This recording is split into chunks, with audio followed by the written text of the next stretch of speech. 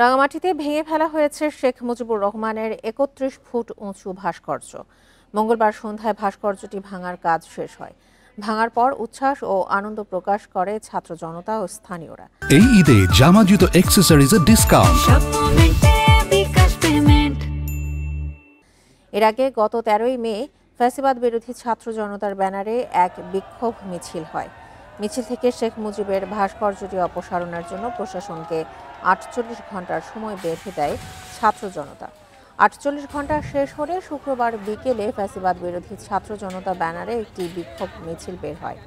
পরে শেখ মুজিবুরের ভাস্কর্যটি ভাঙার সিদ্ধান্ত নেয় ফ্যাসিবাদ বিরোধী ছাত্র জনতা।